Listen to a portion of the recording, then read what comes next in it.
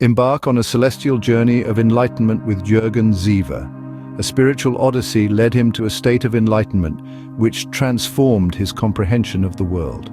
His discovery and exploration of out-of-body experiences were the keys that opened gateways to parallel realities. Join Gareth and Jürgen as they explore the cosmos in this enlightening episode of the Endless Possibilities podcast. As we venture further into the celestial realms, we are but a speck of dust in the grand cosmic canvas. The universe, with its galaxies, stars and planets, is vast beyond our comprehension. Yet within this infinite expanse, we find our existence. And welcome to the Endless Possibilities podcast. My name is Gareth, and today I'm joined by a very special guest, Jürgen Ziewe. Hi, Jürgen. How are you? Hi, Gareth. Nice to see you.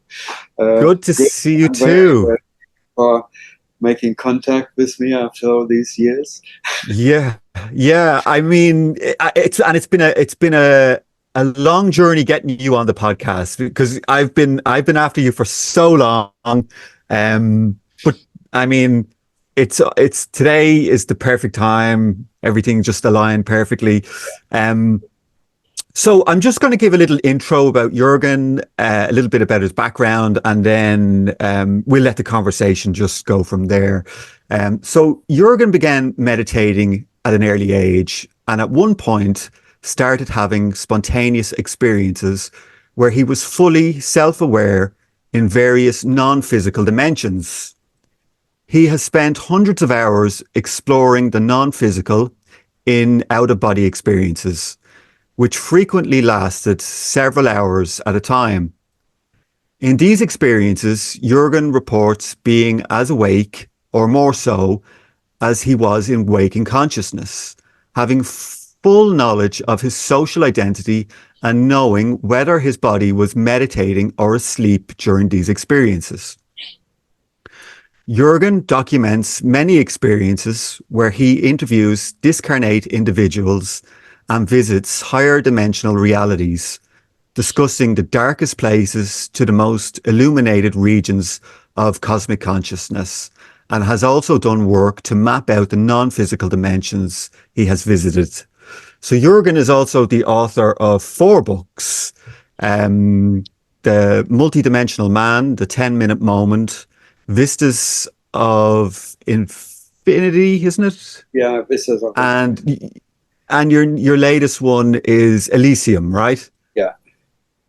Yeah. So Jürgen, welcome to the podcast. Thank you so much for joining me. Yeah, and also just to let people know how I came across Jürgen. So it was about 2010, and I actually discussed this on last week's podcast. I had a woman called Casey Clare on, who Jürgen might know, and I came across this website called Astral Pulse. I had gotten really interested in the out-of-body phenomena. I had started having my own out-of-body experiences, and I just came across Jürgen's books. They had been posted on this website, and it was like a message form. And I befriended Jürgen on Facebook and actually followed a lot of his journey for a number of years. And then 5 years ago, I found myself in Lumley Castle in Newcastle, United Kingdom, at a Tom Campbell workshop or in an intensive. And I noticed that there was a gentleman sitting across the table from me who looked very familiar. And I asked him who he was. And then I realized I had been friends with him for over 10 years on Facebook. And it was Jürgen. And we had lots of amazing conversations and chats. So we found these great little corners around the castle, and we would sit chatting for hours. And then our friendship kind of moved from there onto a kind of an online. We've met a number of times. And Jürgen also wrote the foreword to my book. So Jürgen, thank you very much. Yeah, beautiful. Yeah. It was a real pleasure to read, and I couldn't put it down. It was beautiful. Thank you for allowing me to write the foreword. That was fantastic. No. Thank you. Thank you for doing it. So Jürgen, we're going to have a great chat today. I mean, I've so many questions. I know quite a lot of your story. I've from some of our chats, and we'll get into all of that. But I mean, I guess we better start with just a small little introduction about you and what got you into spirituality and out of body phenomena. Yeah. Okay. I mean, you can always look at these things always from a new angle, as you grow older, But recently I've given a seminar in Germany, in German, a 3-day seminar. And of course, going through it, introducing yourself to this sort of brings a slightly different angle again, because you look at life always from a new position. But basically, nothing really in substance has changed. I started meditating in 1969 after I left the army and started my art school training. But it started a lot earlier, because I think it started when I was about 4 years old, where the question arose in a kid's brain, who does this body belong to? And kids, of course, they are so open and so inquisitive. And it actually made me cry that I couldn't work out whose body it was. There was a stage where you're not really fully developed your ego identification, so you're left sort of in the air. But 5 years later, my father died when I was 9 years old. And that was the first time I realized the illusion of life, because when my father died and I saw him dying, he then came at night when I finally went to sleep. He came and said to me, "Tell everybody that I'm not dead. In fact, I'm in perfect health." And that went on for days, and I couldn't convince anybody, but I knew there was more to it. And so it never left me, until I, in my early 20s, I went to art school, and I had this, experience. After about 3 years of meditation, I had an experience which I can only describe as one of enlightenment, because I described it in my book, Multidimensional Man, because it was similar to my experience as a 4-year-old. I was having a breakfast, big sandwich in one hand, when I suddenly dissociated from my hands and wondered who this person is who is eating. And then it cascaded into very quick succession into a state of disembodiment.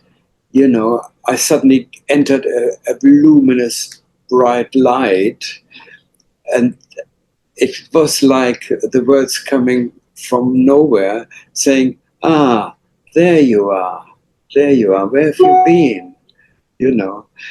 And then I became aware of this, I went through this ecstasy, and with every ecstatic experience, I had a new insight into reality, until there was nothing there, nothing I could put into words, or I could assign any attributes to. Okay. Mm-hmm. Just an absolute. That's the only word I could find. And the other word I tried to play with was neutrality. It had no attributes. And that was it. And then that went on for quite a while. I mean, I suppose it was 20 minutes, half an hour, maybe at the most. And then when I came back, the bright daylight, which was 11 o'clock in the morning, turned into a dark night in comparison to where it just come out. It was like going back into the night. And that was it. That was the start of my life, really, because after that, I could not become a normal person again. What people would regard as normal, and finding an identity as, you know, I remember I was at art school then. I went to art school. I didn't really know what I was doing there, you know. There was no outside world. There was just it, and itness. And that moment stayed with you, Jürgen. That it didn't stay. I was sort of keen to find my way back into my ego, because I felt I probably couldn't function. Okay. So it lasted for about 3 weeks. And then I gradually found my ego identity. I was an art student, you know, I could do painting. I found all these things, rather than walking along the duck pond and thinking I could easily be a duck. There's no difference. And the thing is, of course, after that one significant thing happened, I was never alone again. I had an awareness of an invisible presence, and that never ever left me, you know, and I called it my silent companion. Yeah. And this silent companion became my teacher, because it was such a benevolent, beautiful presence. It was almost as if somebody was walking alongside me, with me. And the moment I dived too much into my ego, like I became a bit obsessed with myself, or, you know, the moment something happened, I lost the connection, and my silent companion disappeared. And I said, oh no, where's it gone? I'm lost. And then it taught me to be authentic. I couldn't get away with crap anymore. You know, the moment I entered into some crap, I lost the connection. I was on my own. I became lost, you know. And so this became my teacher, although I never really communicated with it in words, but just the presence, you know. And that was basically my life. It was in Scotland many years later, in 2012, 13. I went to Scotland on a retreat. I then realized that my silent companion was me. You know, that was my real self. And Jürgen, I remember actually following you. You wrote about this. So this was like a retreat by yourself in a log cabin, right? You went up and yes. went into all by yourself, no phone, no connection to the outside world, and you stayed there for a week, was it? Just a week, but it was an intensive week. Meditation that was totally in the present all the time. And I, of course, meditated with my eyes closed for about perhaps 6 hours, maybe 8 hours a day. Okay, but the moment I opened my eyes, I was still in the presence of the here and now, and everything was very, very alive. I could see things. I could see how nature worked, how everything was connected. When I walked in the forest, I could see that the moss was talking to the trees, and there was a connection, a continuity. When I listened to the birds, I could feel that the birds were actually chatting to each other, you know, and I could see colors. They were talking in colors and patterns. And this was this sort of heightened awareness where I couldn't really associate words to my perception. Like, the birds were singing, la, la, la, and so on. I was just a perception of the reality behind it, you know, and that was what this meditation brought out, you know. Jürgen, so that sounds like it was like a unity consciousness experience where you're just one with everything. You can almost like put your attention on anything that you perceive or see, and you can actually feel and experience through that animal or Yeah, tree or object. Yeah. So yeah. that something happened during the retreat that was there a shift in consciousness? Yes, there was another. I mean, I had these experience. I can count them on my hand. These sort of cosmic consciousness or enlightenment. Let's call it enlightenment because of the light Sure. intensity. You know, Yeah. I had about 1, 2, 3 in my life. I had a few afterwards, not to the same extensive intensity, but yes, these sort of came about in terms of ecstatic experiences where you made an actual connection. But I mean, we all are already in unity consciousness. We just don't notice it. We just don't know it. We just distracted. And that was one thing which I noticed in Scotland. I had a recall, you know, of my true being, and that again went via an ecstatic experience. But it didn't strike me as anything unusual. It was just the natural state everybody is already in. It's just a recall.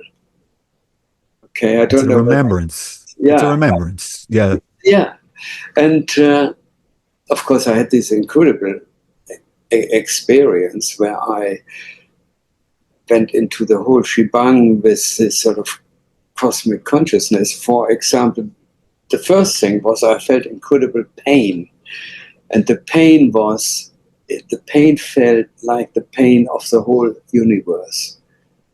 I could feel the pain of every living thing. Okay, it was very, very painful, very intense. And then afterwards, I felt the joy of every living thing, you know, and then this whole thing came together. And before that, I had other experience. The night before, I had an experience which I outlined in my 10-minute moment book, where I was frightened out of my wits by God. I went into an abyss of reality, which was never ending. And I became more and more scared. And I thought, if I go one step further, I'm going to get annihilated, not just physically, but, you know, so this sort of, and when I wrote about it in my book, I called the chapter "The Terrifying Face of God." Yeah. You know, I was totally scared out of my wits by this aspect that what happens next if I cease to exist?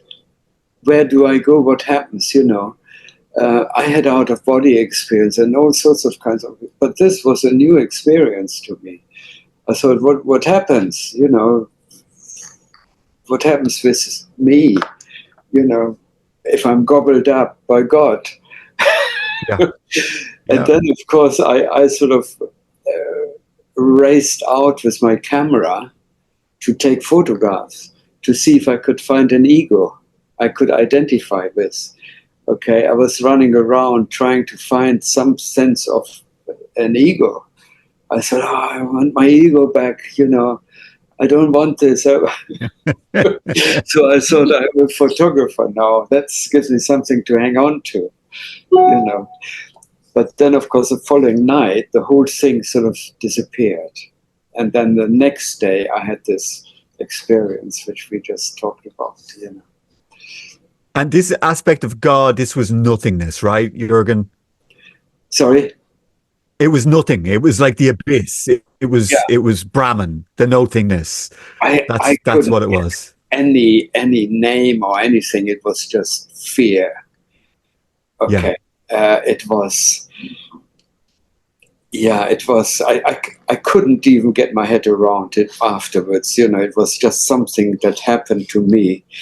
But it was only the next day that the clarity came. You know, of what it was. And then that was 2013. The silent companion revealed itself as being me, you know, and then this incredible stillness set in, incredible, beautiful stillness. Wherever I looked, I was surrounded by this incredible peace, you know, and the beauty of everything, you know, and the privilege of being alive and being sort of told, yes, you know, this is my gift to you, to be alive, you know. And Jürgen, was there an intelligence communicating these stages to you as you were going through them? No, it was just knowing. Knowing. There was no communication.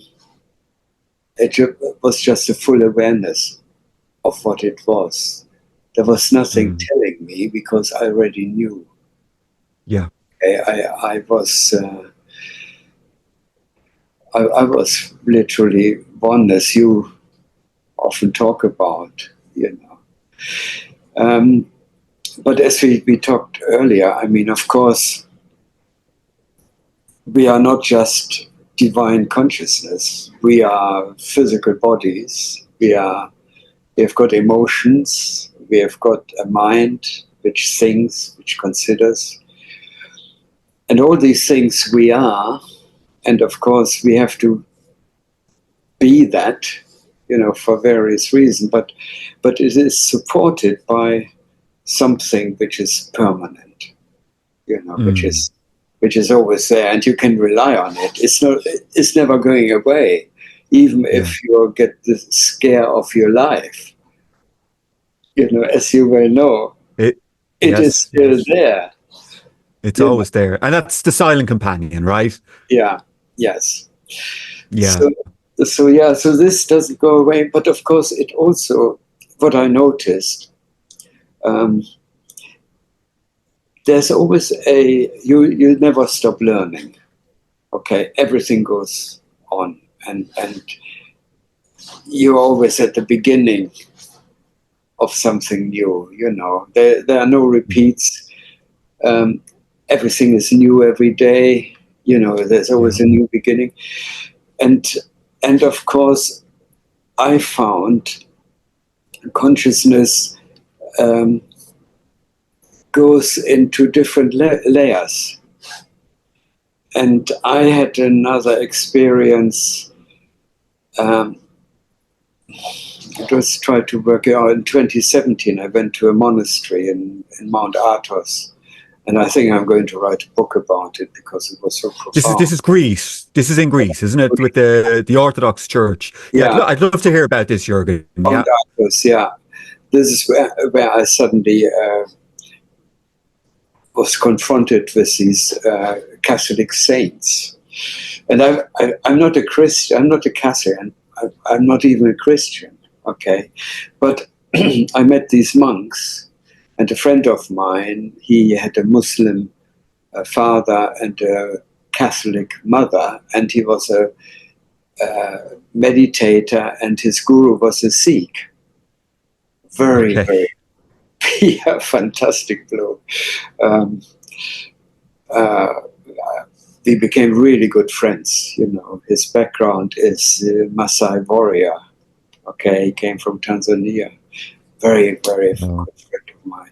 So we went on this pilgrimage together, and it was just joy being in the presence of a guy like that, with such background. Anyway, we went to this monastery. That was a whole adventure in itself, how we got there, you know.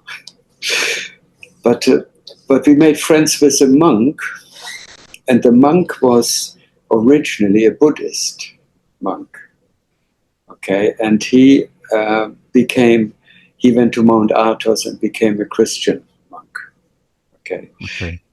And we had fantastic dialogues. He was so deep and so enlightened. I couldn't find another word about. He had such wisdom, you know. Anyway, he said, look, Jürgen, why don't you have a look in these chapels at the icons? Okay.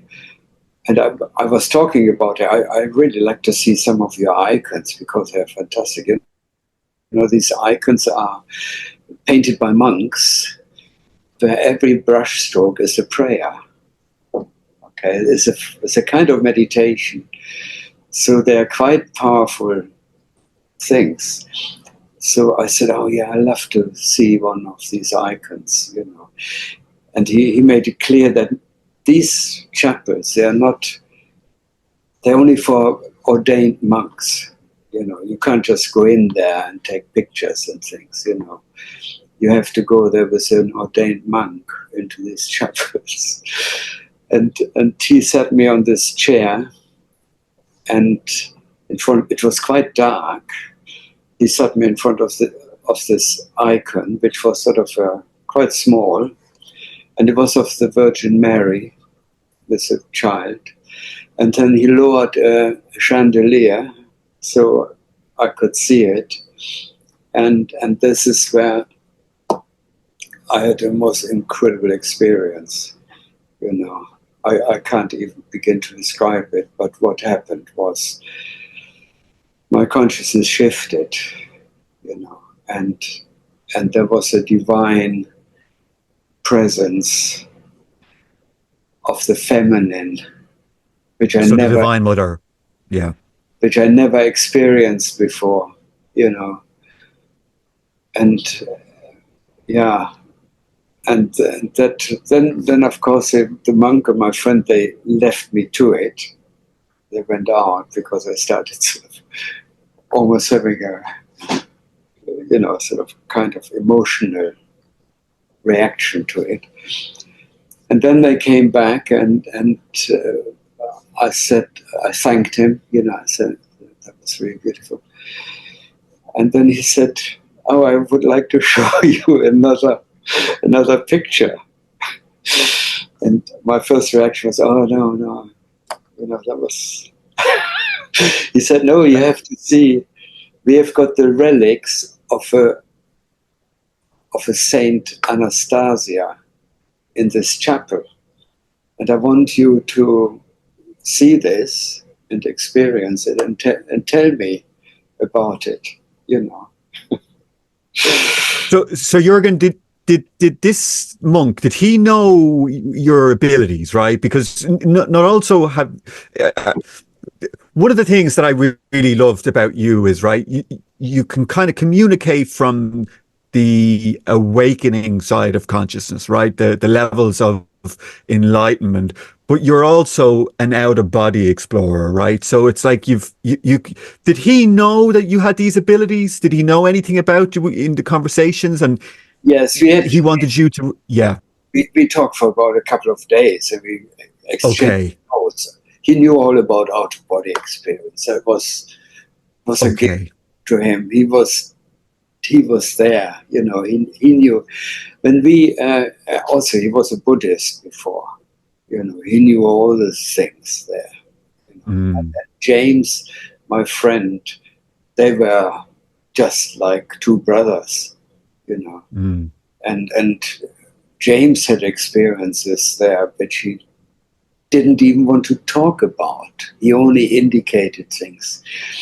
And by the way, he disappeared in 2021 after we had a short conversation, and he said, he told me that there will be a war between NATO and Russia. That was in June 21.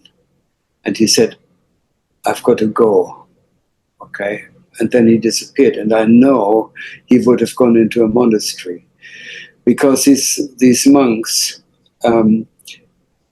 it is said that these monks are there praying for the world not to disintegrate or something. They're there on their mountain to pray. Yeah. And I mean, they really pray, these guys. And I went to one prayer which started at 4 in the morning and ended at 8 in the morning, which was 4 hours. Okay, I couldn't sit that long on this hard bench, and they were Yeah. chanting and singing, and then we went. I joined them again for breakfast after the prayer because I was hungry, and we had porridge and wine for breakfast. Wine for breakfast. Yeah. And that was that was a really interesting experience. So so this made a big impact on my life, and of course, what happened there was like an initiation into love. Okay, this sort of Divine Mother, as you mentioned, the love aspect that I didn't really have that after Scotland. It was just stillness. Yeah. But this thing that I'm going to write more about it when I do my new book, because it was on so many levels. Yeah. Yeah. So let's get back to Anastasia. Yes. Yes.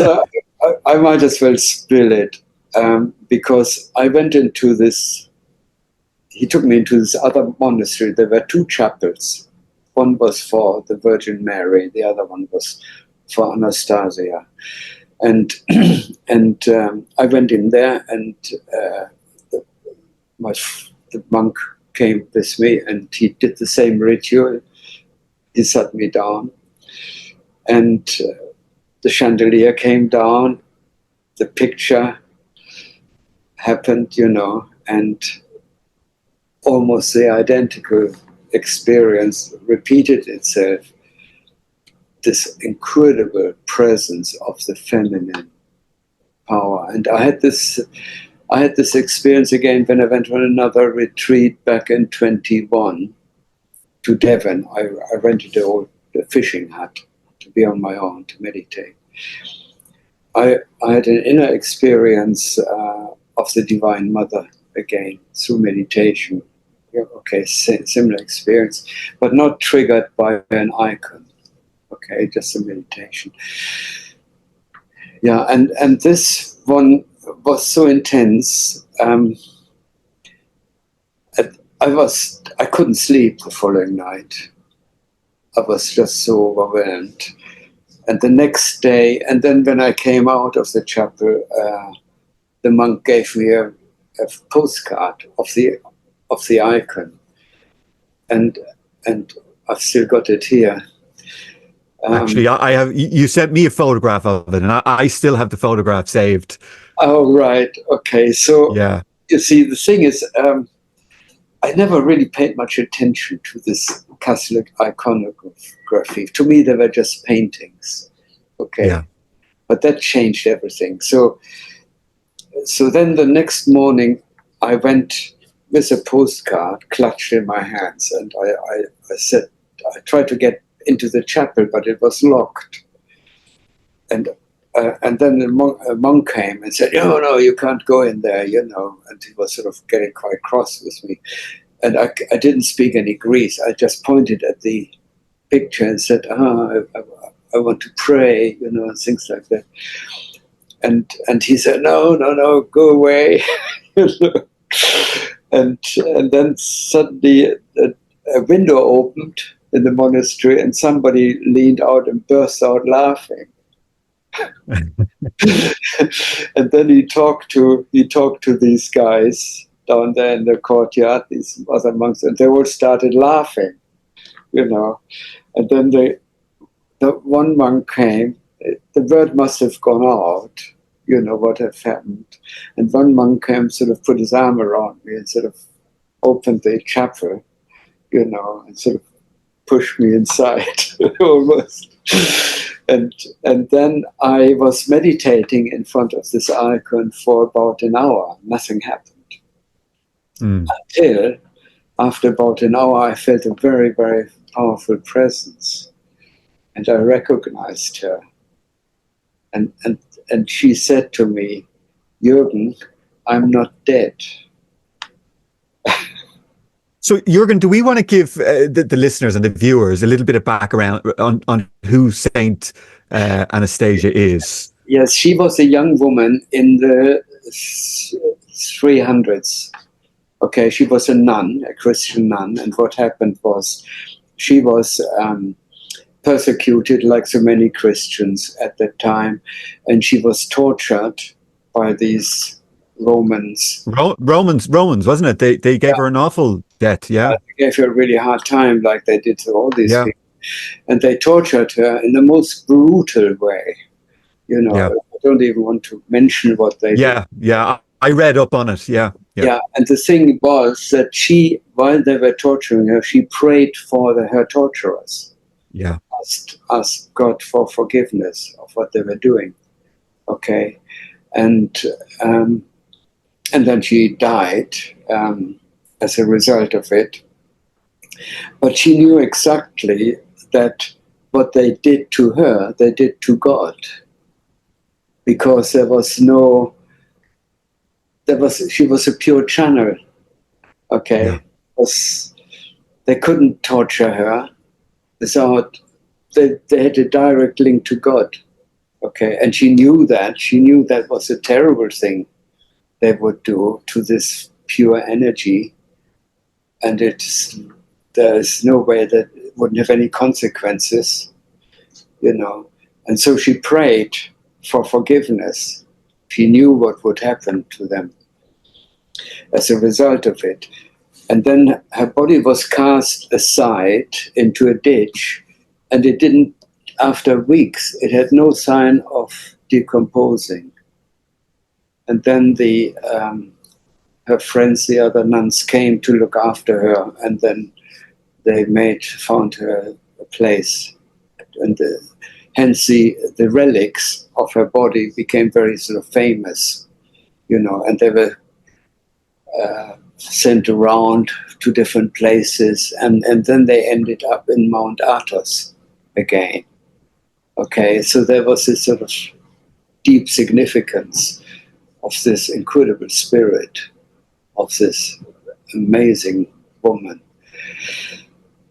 And Jürgen, the rays of consciousness where they somehow stayed in the clothes and the belongings, and then these people then took the relics and you put them in various different churches and stuff. yes, that's right. I mean, you have to see it like that. The body, the physical body, we are basically anchors of the physical world. You know, we are like a conduit in a way, you know. I never really thought much about this idea of relics. To me, they were just sort of things like dead bones and ashes and things like that. Had no spiritual significance. But the thing is, of course, is what people make of it as well. And of course, at one point, there was an intimate connection to the purest consciousness, you know. So they were sort of already pure, you know. So I think transmission wise, so they would go in and sit in these little small churches and connect to that saint's transmission, her presence, They did this via the icon that was painted by the monk. You know, so the icon was there, and people sort of created this connection with a prayer, you know, and felt it, of course, because I could feel her, and I couldn't let it go, because when I came back, I only had to think about her, and I felt her presence, you know, as if there was somebody in the room, and I talked to her, you know, like an old friend, and So tell us. Let's go back to when she appeared in the church. Yeah. She took you somewhere, right? Well, the thing was, she was basically a presence without a body. Okay, I didn't see her with my eyes, but I felt her presence. You know. Yeah. Then when I got back it lasted for about 6 months. I meditated, always sort of thought about her, and then one day I said to her, "Look, why don't you invite me to your place in heaven, wherever you are?" You know, through an out-of-body experience. can I come and see you where you live, And so I started meditating and hoping that she would take me into a place, give me an invite. And I suddenly went into this incredibly horrible slum. It was a dark, really miserable place, a slum, this abject poverty and sickness. And I was so shocked. I said, why are you doing this to me? I asked you to take me to your home. And she very clearly said, my home is where I'm needed most, And that was the message I got, So she was the perfect bodhisattva, And was this an earthly realm or an astral realm, Jürgen, that she was taking you I was to? meditating, and it was, I didn't have an out-of-body experience. I was just suddenly there. My awareness was there, It was not an out-of-body experience. It was just a feeling of the environment and feeling the pain and everything very clearly, Anyway, these out-of-body experiences changed over time. And I'm just wondering, because she obviously incarnated at that time, and there was probably a lot of darkness, especially with the Romans and the persecutions of all the Catholics. So when she died, she said that she was still here, right? She didn't die, right? Her physical form died, but she was still here. So on what capacity was she working? Was she still here on the earth working with people, or in other realms? Well, what I understood when I communicated with her and became aware of her presence, that she wasn't in any place. She was just pure awareness. Okay. Okay. Like I don't know whether you've tried it. If you focus on Ramana Maharshi, if you do that, you become aware of his presence, and it's everywhere. Okay, and that was my experience of her. She could easily manifest, I believe, on any level, physically, on any astral level, but her was a living presence, like Ramana Maharshi. And Ramana Maharshi, I only have to think of him to get an understanding. Some people use Jesus. Jesus is another one of these incredible avatars who is just presence, okay? And the silent companion is the same thing. Some people have an awareness of an angel. They say, my God, an angel. But it's the same thing. It's an awareness of this incredible It's funny, about 2 or 3 years ago, Jürgen, I was listening to an audiobook. I can't remember which audiobook it was, but and I would do this just, it's not, the audiobooks for me were more of just something to listen to while I was going to sleep, or if I couldn't sleep in the morning times. And this one morning I was listening to the audiobook, and the author, he started speaking about Saint Bridget, who's an Irish saint. And all of a sudden I felt this presence, and I could feel her. She came in, she was all around me, and I was like, oh my, and she was there for like 10 minutes, right? And then disappeared. I was like, wow, I was there. I wonder, was that really her, right? And about 5 minutes later, I got a message from my mum and dad, who were in Spain, and they had taken a photograph of themselves. And in the background, there was a sign saying Saint Bridget on the back. And I was like, it was complete confirmation that was her. She still exists. And that's something I'm interested in. So, and I know this is an ongoing kind of thing where, people will say that these beings, are they really still hanging around in their same form, or they're, doing the same job that they were assigned? So you feel that they do, Jürgen? They still? I absolutely do, but I mean, I noticed it with my mother, for example. I met her many, many times after she died, and she would come to me in a different body. Okay, and she made fun of me. For example, once she appeared with her sister as a very trendy-looking teenager, and the only way I recognized her was when we hugged. I could feel her mother essence, you know, how I knew. So it doesn't really matter.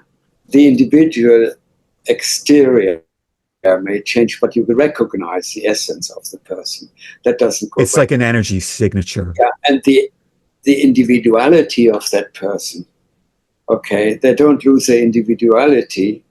They have got assembled this individualities maybe over a million years in their own particular spiritual unique way, and that doesn't go away, you know, and the love is still there. I met people during my out-of-body experiences, old friends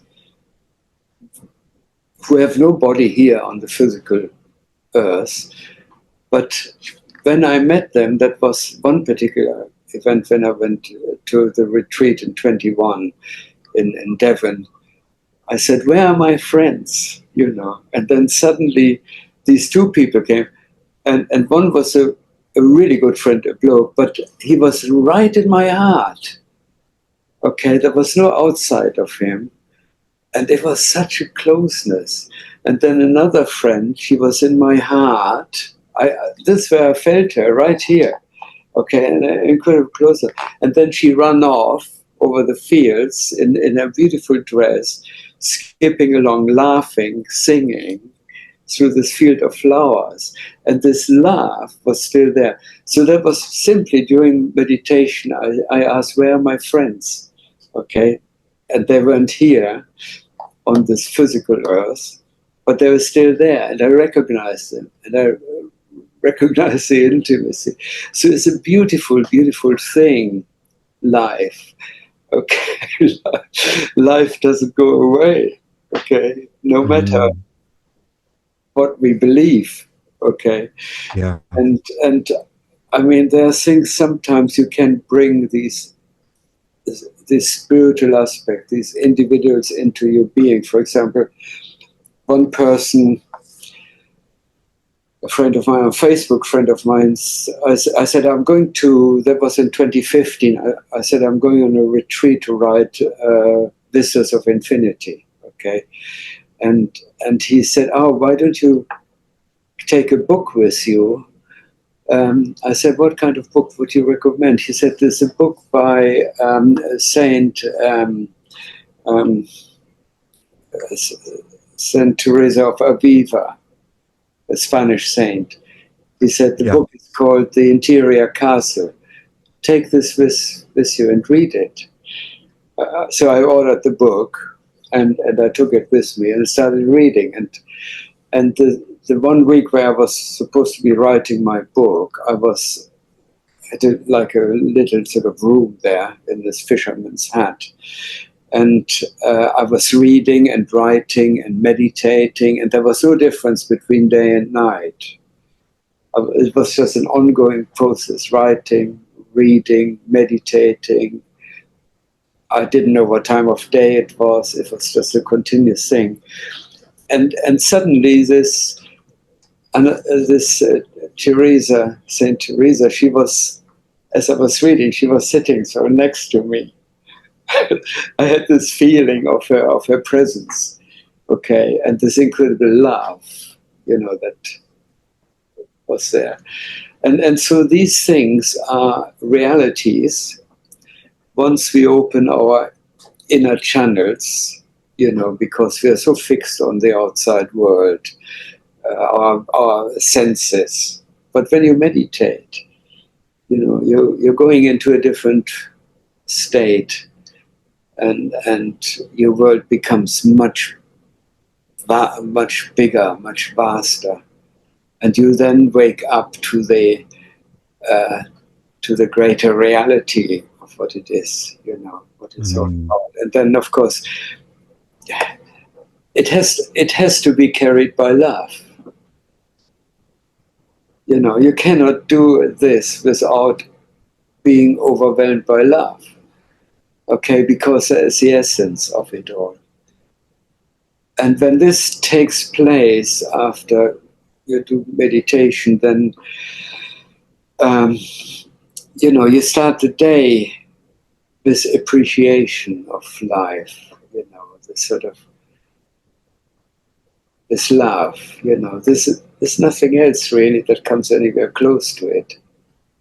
Yeah, I mean, Jürgen, listening to you talking about this, I feel like a school kid, when you're talking about love, and it seems to be missed by so many. I mean, I'm not knocking any of these, you know, but a lot of the non-dual, this netty, everything is just awareness. They seem to be lacking this part, right? This love, this motherly quality to it.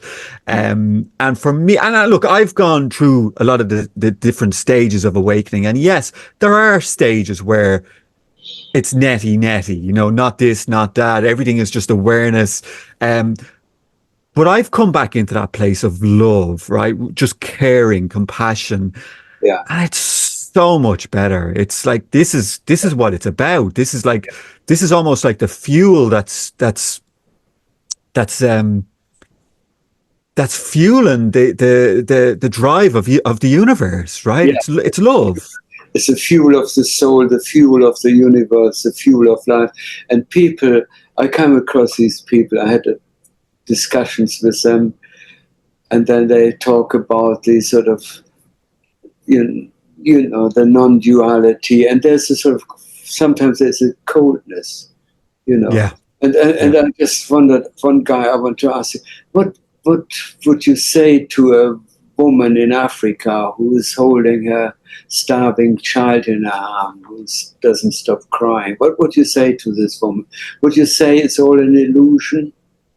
Okay, I mean, if you don't have any love, you're not alive. If you can't feel compassion, if you can't take this woman in your arms and say to her, I will do everything in my power to make sure that this baby of yours survives. Okay, and not this rubbish saying, oh, that's an illusion. I think these people have no heart. And I've come across people like that who argue with me, who called me an egomaniac and whatever when I started talking about love, and things. They didn't want to have anything to do with it. I mean, come on, what's your life worth? Yeah. What distinguishes you from a conduit? Yeah, it's so true, and I do understand, Jürgen. This is a journey, right? And it's a remembering, right? It's consciousness. Firstly, awaking up through our physical forms, and then retracing its steps back to where it came from, right? The ocean, and at certain stages along that journey. Yes, it is non-dual, right? What we are at the center is non-dual, right? But yet here we are in the world, Yes. having relationships, having intimate moments, conversations, witnessing tragic events, and being human, and shedding tears. I just told you that 2 weeks ago I had to carry my child into an ambulance, and I had tears rolling down my face, and all that netty stuff just went out the window, when it's your child or somebody needs your help. Yeah. Absolutely. You see, that's an important thing to realize. I mean, there's so much talk about, for example, going through changes. There's a lot of, we are going through a tremendous change at the moment. Every materialist knows that we are going through a massive change. But of course, this is change. Everybody's affected by it. Okay, because it's not just a change, because our economic system goes through a cataclysmic change out of necessity. I mean, terrible things happen, but it is experienced on an individual level. People are affected. Some people don't want to think about it. They start crying when they think about, we wiped out half of the species on Earth already, and stuff like that. They see things like this, sort of young kids who are 10 years old now, or younger or older. They are afraid. Okay, they wonder what's going to happen to us. Okay, and I see the only thing that can happen to people is to become aware of reality, of now, of the presence, okay, which is cradling us, which is there all the time. Not about, the fear, not about the worry and what is to become of us, but to become aware of the presence of this incredible, intimate love which surrounds us all the time. And that is where the changes take place. And that's the only thing that will take us out of this old, hardened, materialism, which sort of made us bitter and cling to things for dear life. This is going to go, because this is changing, definitely. Yeah. So this is, so anybody who's afraid about the change, I would say, yeah, it's beautiful. Just open yourself to this love, to this presence of love, and the changes that will take place will be beautiful changes. So we don't have to worry about our children when they grow up, because it will be a completely different reality for them. And it had to come to an end, and it had to go through this terrible things that are going on, in order to clear it all out. And so I always say to young kids, and I've got a grandson, I think, it's so exciting what you're going to experience when you grow up. This will be like the dark ages, And so I feel excited for them, and also because once you are in the presence of this love, you know where the path is leading us. It's beautiful. Yeah. So I'm beautiful. Yeah, and your grandkids are very lucky to have you around to teach them this as well. Yeah, it's beautiful. I've only got a grandson, one. But okay. they're beautiful. These kids I associate as friends with them. They are beautiful children, and I feel positive for all these things. I had when I went to Scotland, I had a glimpse into the future, and I didn't see anything what people are afraid of, Okay, so I guess we spoke about all the stages revealing themselves, right? The cosmic consciousness, unity consciousness, what I would call Brahman, that no thingness, and then what sounds like the merger with the Divine Mother, right? Came in and brought back the love. So, but I guess, right, and you wrote a book called Multidimensional Man, right? And we are multidimensional. And you also have the ability to be able to shift your awareness from this reality into different realities. And you can travel. You've talked about seeing the future. You've probably gone into past realms and shifted into different astral realms. Can we talk a little bit about that, Jürgen, and how that all started, and is it an ongoing process? Is that still happening? Is it something you actively engage in? Yes, no, I don't actively engage in it. It doesn't even interest me, to be honest. Yeah. I do have spontaneous out-of-body experiences, and when they do happen, either during meditation or spontaneously in the morning, when I get up and then go back to bed and meditate. happen spontaneously, and they are each one our unique experience, and they are new. And I always make notes because they always tell me something. I mean, but there's another layer to it, and it's got to do with unity consciousness. Okay, that is a prevailing state that doesn't go away. And when I close my eyes, I call it, I see a silver world, it's a light world of light. I experienced that as well, Jürgen, when my eyes are closed. It's a silvery, almost like mother of pearl, the inside of a shell. That's what my consciousness is. Yeah. Yes, that's right. Very well described. Yeah. It's this sort of, this wideness, this beautiful, and then my attention, I can send my attention to various other layers. I can, for example, think about, I can conjure up a picture of a landscape, and I can walk through it quite easily without leaving my body. And I sometimes. And do you create this, or is this an actual reality? It's already there. Okay. It surprises me. I don't have to invent anything. It surprises me when I walk along there. Okay. And it's basically a reality which is already there. And I mean, some people say, oh, well, you're an artist, and I've been a very visual person all my life. I mean, I could easily imagine things.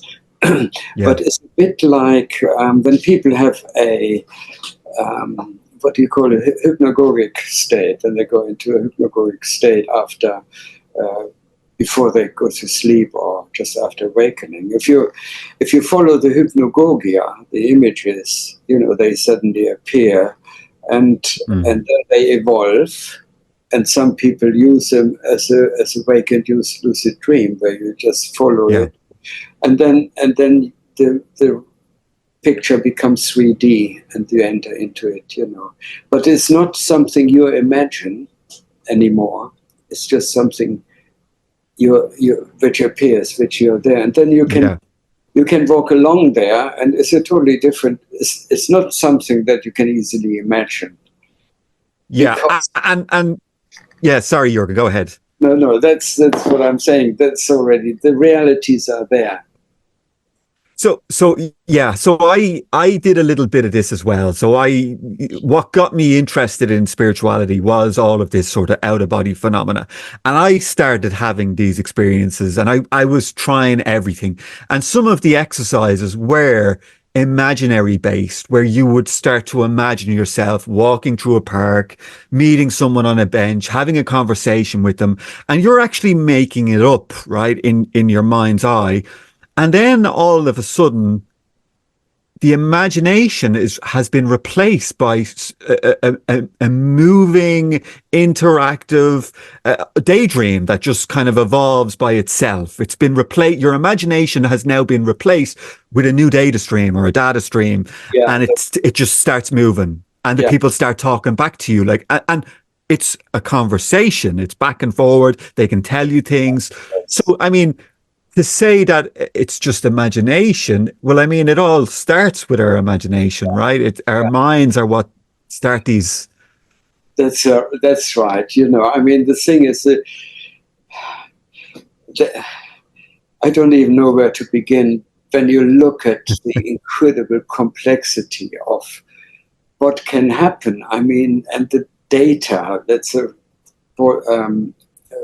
Tom Campbell always talks about the database of the universe, which is literally.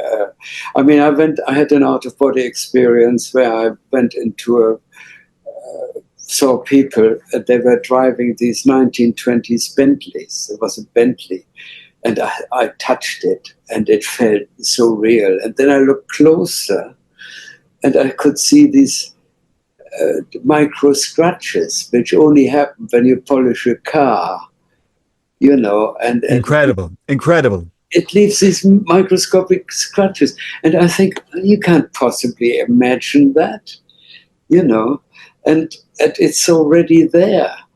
The reality brings it perhaps all together into your focus, but we live in an incredibly multiplex cinema, where, which can have millions of projectors, which it's wonderful. It's unimaginable how reality. And Jürgen, some of these out-of-body states, they are realer than this reality, right? Because everything looks super high definition, extra vibrant. There's more detail in them, exactly like what you just explained. I mean, I projected out a number of times, and I would like look at plants and trees, and the trees have like the flowers have like lights coming out of them that we don't see with our eyes in this reality. Yeah. Everything's glowing. Of presence, there's which is just incredible, because I mean I posted on my Facebook page a few weeks ago, how do we know we are not dead? That was the theme. How do we know we are not dead? Because I had an experience where I was waking up in my local greengrocer. Okay, and I said, "Oh, that's my greengrocer, my local greengrocer," and then I realized, oh, it's an out-of-body experience. Okay, so I got really excited, and I sort of packed some bananas into my bag, my shopping bag. I got really carried away, and then I walked down the road, and it looked very familiar. I thought, oh, if I go a bit further, I find the road where my house is, but then things changed. Suddenly there was a river, and I climbed on the river bank. And then I thought, oh, maybe now is the time to go back to normal life. Okay. And I tried to open my eyes. And as I opened my eyes, I was in a different place. But it wasn't the physical place. Yeah. I said, oh, it's strange. It's the same sort of thing you do when you want to change your locality during an out-of-body experience. You can either spin around, or you can open your eyes again, or do whatever you like, and you shift reality. And then I said, oh, that's really strange, And then I said, okay, I'm going to wake up now. Okay. I opened my eyes. I thought I opened my physical eyes, and I was standing in the kitchen of a friend of mine. And in front of me was an Asahi Pentax camera. He was a photographer. And he showed me his camera sort of 40 years ago. And I started talking to him. Okay. And he said, oh, by the way, I've now taken you up on the idea of having a virtual reality headset. And he showed it to me. And I looked into it, and I said, hang on a minute, this is getting a little bit ridiculous. Maybe I'm dead. Okay. Yeah. And I can't wake up. I just shift reality. I wasn't scared, because one reality is as good as the next one. Yeah. And then finally I opened my eyes, and I was in my bed. I could see the sheets. Yes. But every place I had been until then was as real, if not more real, than the one I came back to. So I mean, okay. So a lot of people, when they die, right? A lot of people are in a state of confusion, panic, fear at the moment of death, right? And from my understanding is that when they pass over, they're still in their form, right? They have a body, a replica of their physical form that separates, right? Because I've been in the out-of-body state, and I've looked, and my hands look the same, and I looked in the mirror even one time. And I'm still me, right? I still have my memory. I know who I am, what I do. So, and these people, some of them actually don't know they're dead. They get stuck in these loops. based on beliefs and addictions, and they hang around, and this is how we get the whole thing of like ghosts hanging around houses, haunted houses. It's most likely somebody who's passed, who doesn't know they're dead, and they're just hanging on for some reason. Yes, there's a film which says a million ways to die in the West, the comedy film, but there are literally a million ways to die, and it could be anything, For example, there's always a reference made from people who had near-death experience. Now, a near-death experience is a very specific way of dying, that has very little to do with an out-of-body experience. First of all, these people, these near-death experience are almost 100% introduced via trauma. Yep. Okay, they usually experience a trauma, and that alerts certain mechanics in the body or in the brain or in the mind and the spirit body. It triggers off certain things, certain experience. So that very often they go through a quite similar sort of experiences, which you don't have when you go through an out-of-body experience. You don't have a past life review, for example. You don't have these. You don't have these things. And of course, there are different ways of having an out-of-body experience. For example, there's only one stage where you can see your body when you have an out-of-body experience, and that's via the etheric body. The etheric body has still got all the physical sensibilities, and that's the only time. Once you pass through the tunnel, or once you sort of go to the astral plane, there's no way you can look at your bed, but you won't see your body. Okay, because it's just that took me ages to figure that out. What's going on here, So there's a lot to learn and to absorb when you talk about out-of-body states.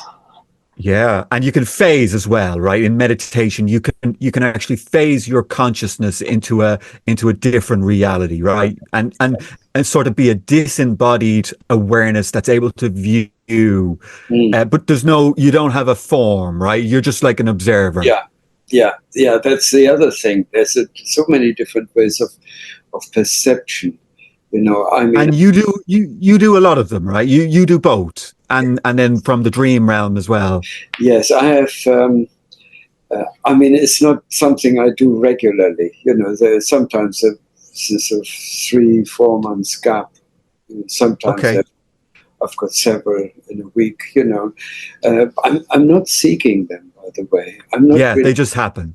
Yeah, they're just things which happen, but I take note when they happen because they're interesting, and they tell you something else about reality. And I like to sort of keep a book on reality because we tend to have a rather limited picture. That's why I did this book here. I wanted to be a little bit more specific and remind people there's a lot more to it than just being a ghost, walking around in a white sheet through a castle, Yes, yeah. And Jürgen, you do something a little bit different in the out-of-body state. You meditate, and you've done like kind of chanting of Om. Do you want to talk a little bit about that? Because I found that fascinating. One of the experiences you had. That is a very thing. I almost feel it's almost a waste of an out-of-body experience if you don't meditate. Okay. Because the reason is, and I think that's why the Buddhists sort of they've formed this sort of dream yoga. They call it dream yoga. It's basically you have an out-of-body experience and you meditate. Okay, and the reason for that is basically you don't have to overcome the gravity of the physical awareness. Okay, it's like I always compare to launching a rocket from space, which doesn't have gravitational pull. Yeah, it doesn't have the gravity to overcome the gravity. It goes straight off, and the power can be overwhelming. Sometimes I only have to chant it once, and I use the Om mantra, and it never really until that, I never really paid a lot of attention to the Om. I thought, oh, well, it's just one of those mantras. But I use it nearly every time now. You can use other mantras. Okay, they may work just as well. But sometimes only have to chant it once. Oh, and the whole world around me starts vibrating and shaking, and people running away. When I'm in an astral environment, it's such a powerful effect that people run away, and have done it in a marketplace. I suddenly went, oh, and the whole environment started shaking. And then, but on other occasions, it doesn't work.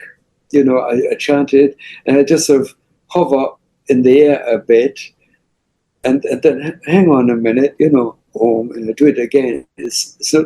I'm not taking off. And I notice that if there are aspects in your psyche which you haven't really dealt with, okay, no matter how much you chant, you have got to deal with these sort of energies first. Okay, it's like when you are not in a good state of mind and you want to meditate, but you've got lots of other thoughts going on.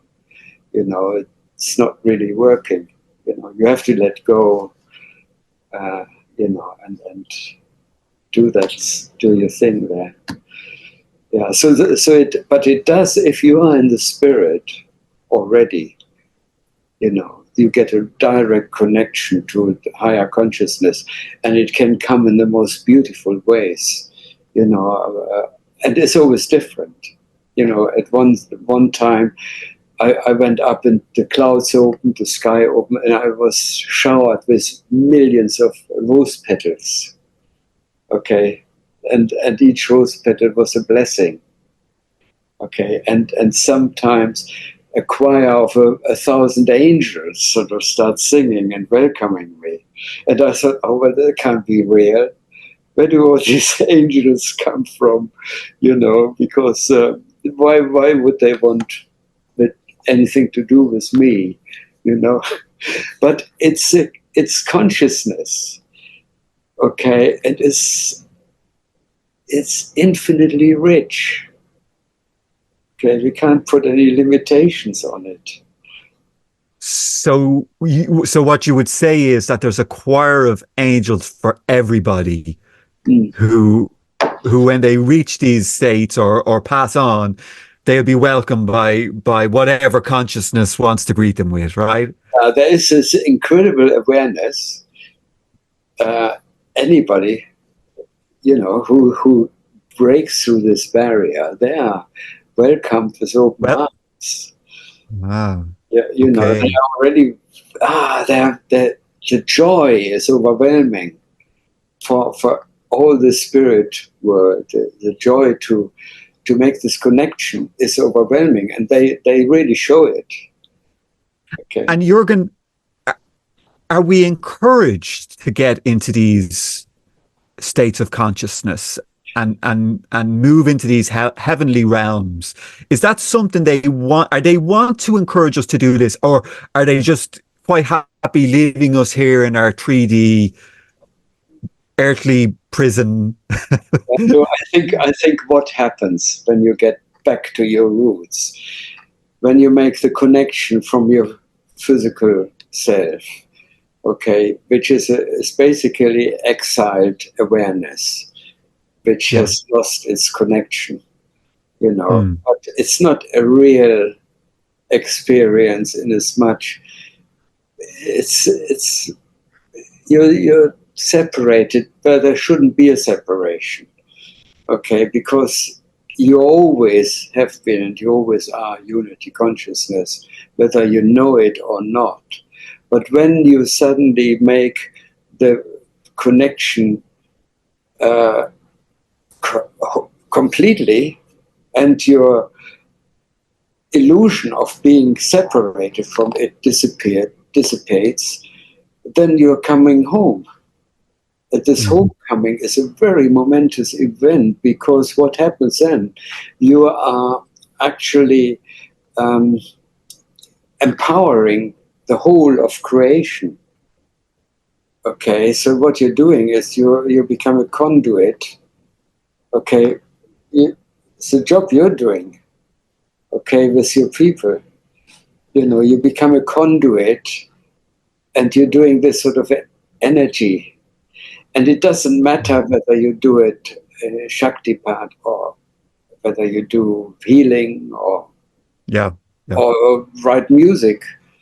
It doesn't matter, but you become a conduit, and this is a very beautiful fulfillment of the destiny of consciousness. You're breaking the cycle. Yeah. So I guess you just kind of you quickly brushed over their music. So I guess like people like Mozart were channeling celestial music, right? That there was no way they were just with their intellectual minds coming up with these. Yeah, and imagine how much good they do. How many Incredible. people concert and they sort of come out of it and they smile. Yeah. Feel this sort of incredible connection suddenly. And there are lots of people who do things like that. Sometimes you go to the shops and there's a woman at the checkout, and all she does, she smiles at you. Or no other, she may not even be really aware of it, but there's something inside her which radiates it, and she gives you something, and you walk away and say, "Oh, that was a nice woman," person. Yeah. And so things like that. We do that when we connect it to our unity consciousness. Yes. Yes. And Jürgen, there's one or two more things I wanted to get to quickly. So you never had a teacher, right? All of this just sort of unfolded spontaneously in different stages, but you did kind of work with a teacher in the astral realms, right? I remember you telling me about a Chinese teacher or an Oriental teacher who would turn up and communicate with you. Yeah, I did when I was young, in my 20s, I did sort of follow certain individuals, but you did TM, right? Yeah, early on, you did TM, but I didn't really feel Maharishi was a teacher or something like that. I was sort of divorced. I read books by Krishnamurti and Aurobindo, and they meant a lot to me, and so on. But I didn't feel they were my teachers. Okay, they were teachers, obviously. I internalized their teaching. Krishnamurti, he is a very powerful teacher, of course, but but the teaching began when I had this out-of-body experience and met this Chinese man during an out-of-body experience. And that was a real connection, And I remember when I sort of crouched before him in this sort of humble way, and he was lying there casually on his side and laughed at me, And then without changing his position, as I was kneeling in front of him, he started massaging my chest with his foot. And I thought, oh God, that's really embarrassing. What if somebody sees us here? He massaging my chest with his foot. And he just sort of grinned at me, and talked while he was doing it, gave me riddles. And then I had this incredible burning in my chest for weeks afterwards. And all he did was he opened my heart chakra. Okay. This thing. And this, I kept meeting him, and he wasn't always the sort of nicest person. He would put me through some really gruesome tests where I was sort of having to avoid spears coming towards me and stuff like that, and deal with fear and drowning, and lots of things he sort of put me through. And then in the end, he taught me via metaphors, symbols. Our language was non-verbal then. And that lasted for a few years until I then was, during an out-of-body experience in 1980, I was taken through the different levels of consciousness into the another one of these higher states, you know. And that's and I always felt the sort of presence, the silent companion. That was my teacher, you know. But that was a link. He literally took me into these levels without me actually seeing him, you know, just feeling him. You know. So you could feel his energetic signature, right? Yeah. And he was communicating in like data packets, was it? So you would just get these sentences kind of coming in, and you would internalize them. It was more like, you know, when you're in deep meditation, you get, I call it the knowing field. There are no thoughts, you just know things, okay? It's just knowing. You don't have to think about it. They're not thoughts, they're not sentences, they're just knowing. And it's this kind of thing when he sends me a symbol, you know, a bit like a sort of crop circle, if you like, you know, something like that. I couldn't interpret it with words, and I couldn't say, oh, this part means such and such, and that part means such and such. It was just a different language, which only worked on one level. Okay, on one level, which was beyond the sort of mind level, which invents language to communicate, or pictures. You know, it was just, when people talk about intuition, it's like that. You know it, but you can't put your finger on it. You can't sort of put it into words. You just know it. You just know, oh, don't go there. You know, don't go there. Okay. Or it's this sort of thing. Okay, it's beyond the mind. Yeah, I know exactly what that feels like. It's like, you know, I might get up in the morning and I might drop something and pick it up and just see something in what I pick up, and that will change that whole outcome of my day. Or I might go, oh, okay, there's something coming through there, and I'm not going to go and do what you know, and that's kind of how I live my life. It's just kind of knowing, feeling, nothing intellectual. Yeah. No, you don't have to make sort of write down what you're going to do. You know, you. There comes a stage flow state where you just do. Okay. Yes. Okay. It's like a flow. Yeah, you still have to fill out your tax form and things. You know. Yes. Yes, I have to do that as well, Jürgen. You know, you can't get away from certain things, but the daily life is quite a fluid, non-thinking thing, you know. Yeah.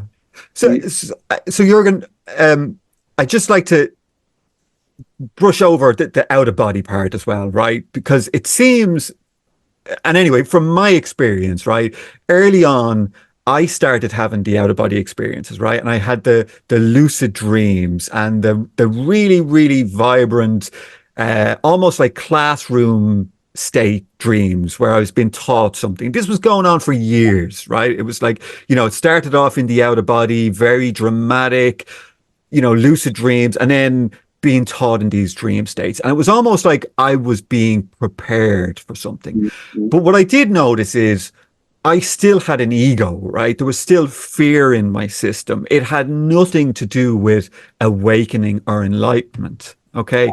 And maybe 6 or 7 years down the line, I started going through the awakening of consciousness. So consciousness awaking up through this form, the various different stages that we spoke about. And then a lot of all of that stuff it just didn't interest me. I didn't care about it anymore. You know, meditation just felt so nice. There was no need for me to want to project anywhere or know anything or learn anything. So yeah, go ahead. No, I know exactly what you mean. I mean, for example, also meditation becomes a sort of an act of awareness, you know. You will have to sit down and close your eyes. There was a stage I went through when I said, okay, I'm not going to meditate anymore. You know, what's the point? Because it's already... It doesn't bring you anywhere. Yeah, you're in a state of unity consciousness. What are you meditating for? Okay, and yet I still do it. I still like to find the space, but it hasn't got the significance you have when you start off. You've got to meditate or things like that. And also, meditation should be something to do with pleasure. Should be a joyful experience. I always say, if people want to meditate, do it from a point of gratitude, and love, because then the thoughts sort of don't have any significance, because your heart sort of focuses on love, gratitude. Thoughts become totally immaterial then. That is a good meditation, because you are meditating out of joy. And then you relax completely, rather than sort of light. And if you focus on the light, for example, like some people do, then become the light. Okay, don't sort of separate it from yourself. And then this sort of kind of thing, meditation, is a beautiful thing. I love it. I love meditation. And it should be joyous, right? Your spiritual sadhana, it shouldn't be a chore. And I find a lot of people, I interact with a lot of people, and they ask me about their practice, and do I really have to do 30 minutes twice a day? Can I not? They want to do it without doing the meditation, right? And I'm like, but for me, I always I enjoyed it so much. I would like to, at one stage I was meditating 90 minutes in the morning, 60 minutes on my lunch break, 90 minutes before bed. And I did it because it felt so nice and it felt so good, and I just couldn't wait to sit down for my next meditation to see what would unfold during it. So I mean, if you're not enjoying it, if it becomes a chore when people are distracted by their thoughts and they can't get a handle on their thoughts, and they're terrorized by their thoughts, and they say, I've got to get rid of the thoughts. I need to meditate now, and then thoughts come back in, And my attitude towards thoughts is be nice to your thoughts, be kind to your thoughts. They're your kids. Okay, look after them. Okay, don't tell them to go away. If they want attention, they're probably hungry. Okay, so you have to give them a little bit of love and attention. That's thoughts, and then eventually the thoughts don't bother you anymore. There's like a train on the horizon. You can pick them or you can leave them. And that's meditation, I think. Be nice to your thoughts, Very good. Jürgen, your work at the moment, right? I just want to get to your latest book. Do you want to tell me a little bit about, because we just spoke about this channeling, right, of energy and music, and you're doing something similar with the work you're doing now, right? You have a friend who's a very well-known musician. He makes the music. You're creating these landscapes of the realities that you travel to in these out-of-body states that we're talking about, and you've put it into an illustration in this new book. I've got on my website Magic Fantasy Art. I did some virtual reality experiences, and they're designed with a friend of mine who did the music. He's also Do you want to mention him? Craig Bruce. He's quite well known. He does big features. Oh, a lot of people know who he is. I actually use a lot of his music in my retreats and stuff, so everybody knows who he is. Yeah, the Devi Prayer is his famous song. Yeah, Devi Prayer. Yeah, oh God, when I listened first to his Devi prayers, I had tears coming out of my eyes. I was so. And then when I first met him, I telling him about it. He said, when I rang him, contacted him on Facebook, he said, I'm just happen to be in Brighton. Why don't I come pop by? I live in Worthing. And then he came to the door, and we just sort of fell into each other's arms. We were really good friends already, And he said, anytime you want to do the music, You use anything you want, you know. And he's done some. I told him about a project I was going to do, and he said, "Yeah, I do the music for it, you know." And then when I started doing the project, I noticed his music was way beyond my abilities to do a video, so I left it. And then I started doing virtual reality, and I just found the right thing. I did an experience, and the music was spot on. Okay, and the experience was called Cosmic Consciousness, and the music was really sort of in sync with the pictures. And the reason I'm doing these virtual reality things, they may not be everybody's cup of tea, but there are certain spectral sort of fractal type of patterns which bring you into the state. It's like a deep meditation into the state of consciousness. Okay, and that's why I do that, and people can listen to it and immerse themselves into it, you know.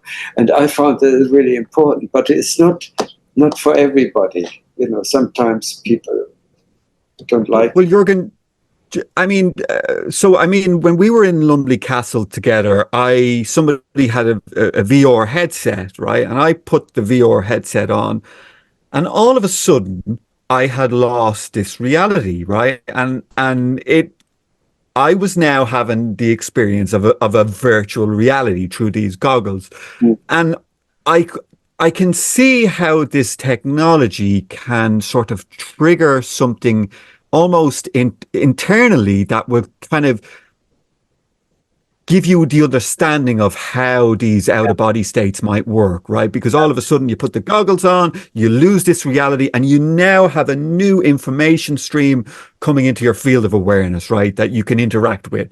Yeah. So this is what you're doing with these realities, right? These landscapes that you've configured them to fit with these virtual realities. Is that the VR headsets? Yes, I wanted to become a trigger, really, in people's minds. A catalyst, right? Yeah, you know, that was the idea, and with the visual images, the way I designed the pictures for my book, for example, I want people to look at it, and when they look at the pictures, I want them to go a little bit further and imagine what is around the next corner, okay, of the picture. I want them to be so realistic that they quickly sort of lose their connection to the print, but become an inner picture, and then they may think, okay, I go a little bit further now in this picture. I wonder what's behind. That's why I made so many pictures. I want give people a trigger of, but also I wanted to be a documentary as well. I mean, there are some parts in the book which are quite dark, because I wanted to give quite a broad spectrum of these other realities. And there are some parts where people, if they are not connected to the heart and just connected to certain negative emotions, I want to sort of write out what your environment is like and things. So if you share a belief with a group of people, and when you pass on, that you might end up in these darker realms, shared realities, a shared consensus reality. Yes, because we do that in any case during our dreams or in our subconscious. And our subconscious, when we are fearful or when we are full of spite or hatred, we are already in those places. There is no light, there is no... Well, so basically it's a mirror of our... And I guess reality. I guess that even happens here, right? With the people we attract into our lives, right? Yeah. How we are is that's our view of the world is what we attract, and we build that reality around ourselves and our belief. That's right. So we've got to be aware and pay attention to how we're feeling and what we're giving out. Okay, Yeah.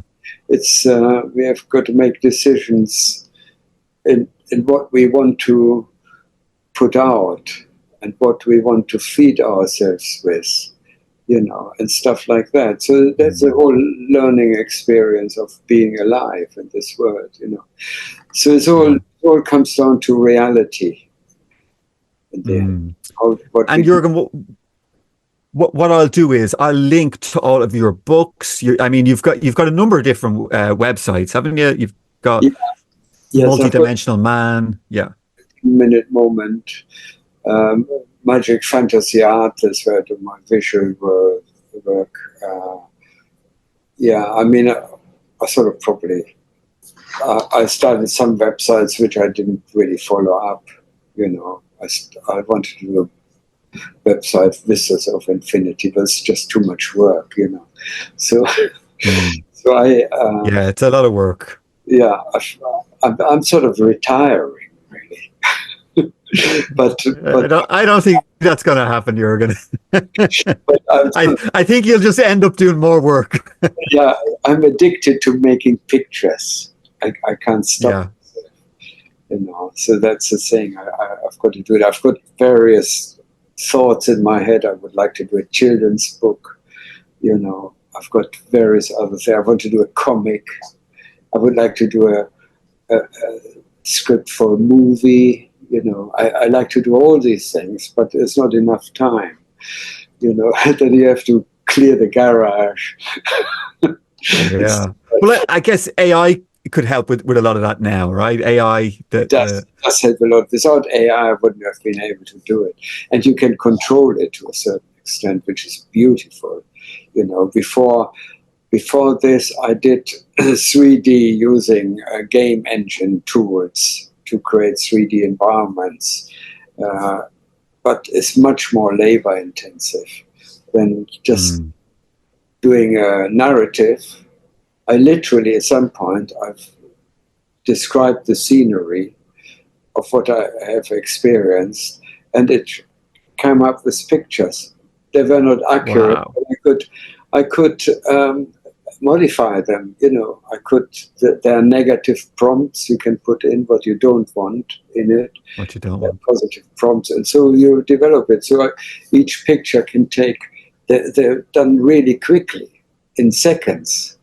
It's an amazing technology, and it's very similar to what's happening on the astral plane, where you bring data together, and basically AI is a massive database.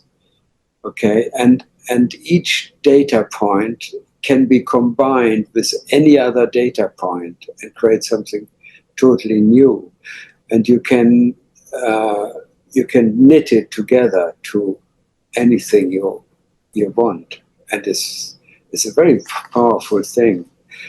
It's basically the astral level. The astral plane has come onto the physical. So we're replicating it, right? We're replicating that database, the Akashic records, right? We're bringing them here through our computer, and then it's like a microcosmic version of that database. Yes, and I always notice that. For example, everything is already happening on the astral plane. And I noticed in the 70s, I went to visit some really fantastic hotels on the astral plane. And I thought, God, normally you go to a hotel, there's a room, there's a tap, there's a wardrobe, things. But that hotel on the astral plane, that was a really beautiful environment. And then years later, they came up with the idea of boutique hotel, themed hotels. That happened sort of 10 years after I first saw it on the astral plane, and now you have incredible hotel experiences. So a lot of the stuff in this reality, okay, somehow we are tapping into that astral, that Akashic record, right? In whatever, in dream states, in meditations, and people are then pulling that reality here as a thought packet and then creating it into a physical reality. Yes. All the ideas happening over there already. Yes, all the good ideas. Yeah, that actually work.